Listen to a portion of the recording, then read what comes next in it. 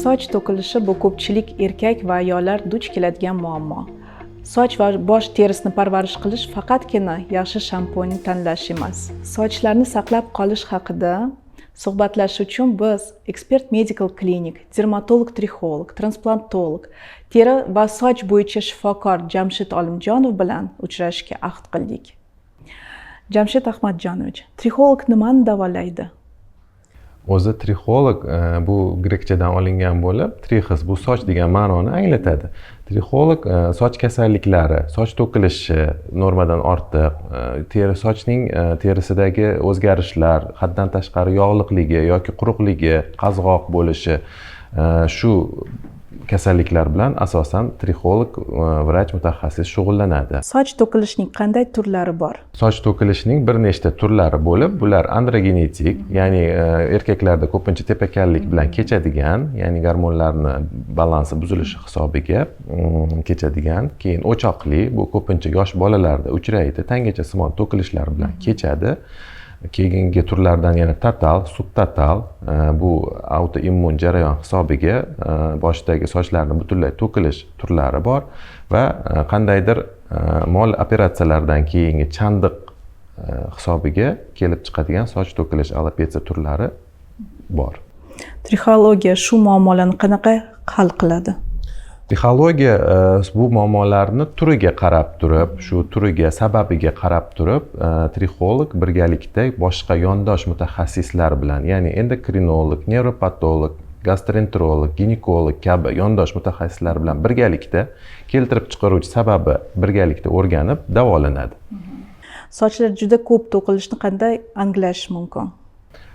Soch to'kilishini o'zi kuniga normada 100 tadan 120 tagacha soch to'kilishi normal holat bo'lib hisoblanadi. Biz buni oddiy holatda sezmasligimiz mumkin. Bu normal holat hisoblanadi. Lekin taraganimizda, yuvganimizda, uy sharoitlarida ko'p soch to'kilishini biz sezishni boshlasak, bu normadan ortiq to'kilayotgan degani bo'lib hisoblanadi. Go'zallik salonidagi qaysi muolajalar soch sifatini yaxshilaydi? Endi bu savolingizga keladigan bo'lsak, go'zallik saloni nomi bilan go'zallik saloni. Bu faqatgina sochlarimizga chiroy berishi mumkin. Lekin hech bir muolaja go'zallik salonida sochlarni yaxshilashi yoki parvarish qilishi mumkin emas. Agar qandaydir muammo sochda, soch terisida muammo bo'lsa, albatta vrach, dermatolog, trixologga murojaat qilish kerak bo'ladi, chunki bu uje davolash muolajalari asosida davolash kerak bo'ladi. Soch to'kilishiga qarshi eng samarali usul qanday? Endi soch to'kilishini boshlang'ich darajasida davolovchi shampunlar, mezoterapiya, plazma terapiyalardan foydalanib, shulardan samarali foyda olsa bo'ladi. Lekin keyingi darajalarida albatta davolovchi shifokorga murojaat qilish, trixolog vrachga murojaat qilish kerak bo'ladi. Sabablarini aniqlash kerak, turini aniqlash kerak bo'ladi va shu asnosida bularni to'g'ri davo rejasi asosida davolasa yaxshi samara natija berishi mumkin. Bemor soch ko'chirib o'tkazish haqida nimalarni bilish kerak?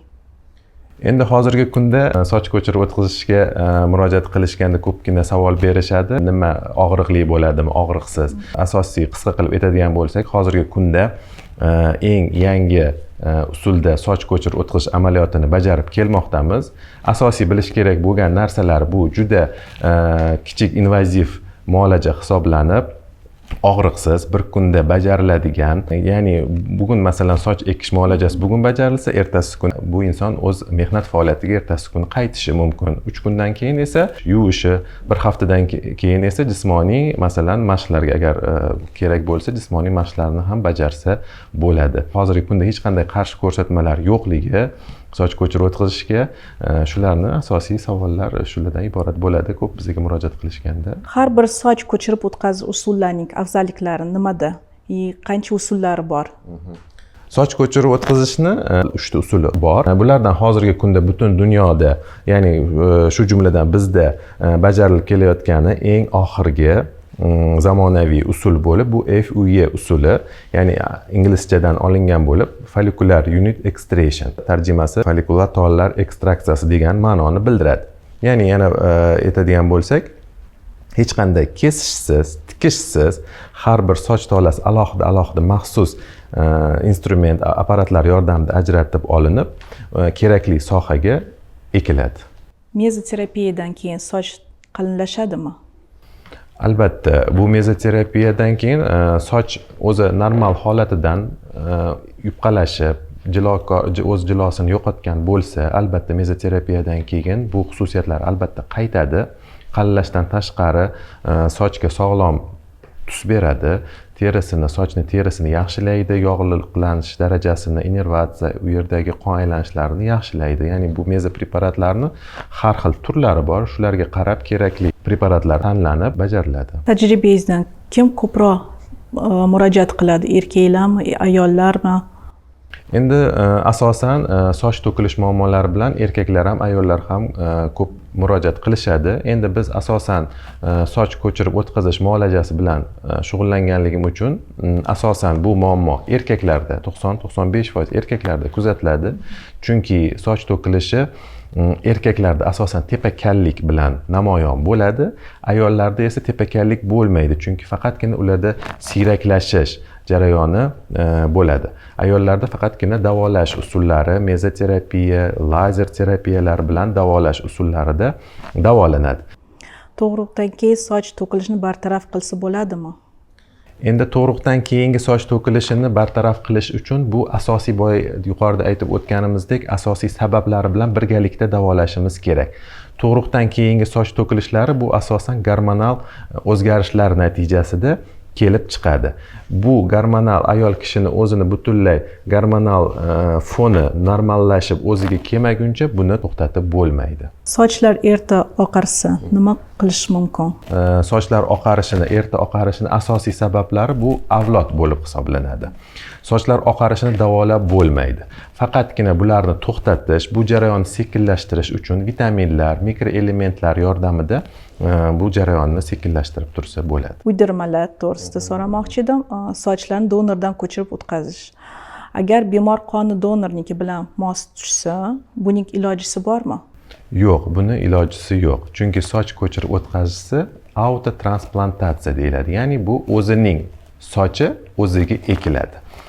Birovdan olib sochni donor bo'lish mumkin emas. Bunda faqatgina shu o'zini ensa sohasidan soch olinib, kerakli joyiga ekiladi. Sochlarni nafaqat boshning ensa qismidan, balkim tananing boshqa qismidan ham ko'chirib o'tkazish mumkinmi?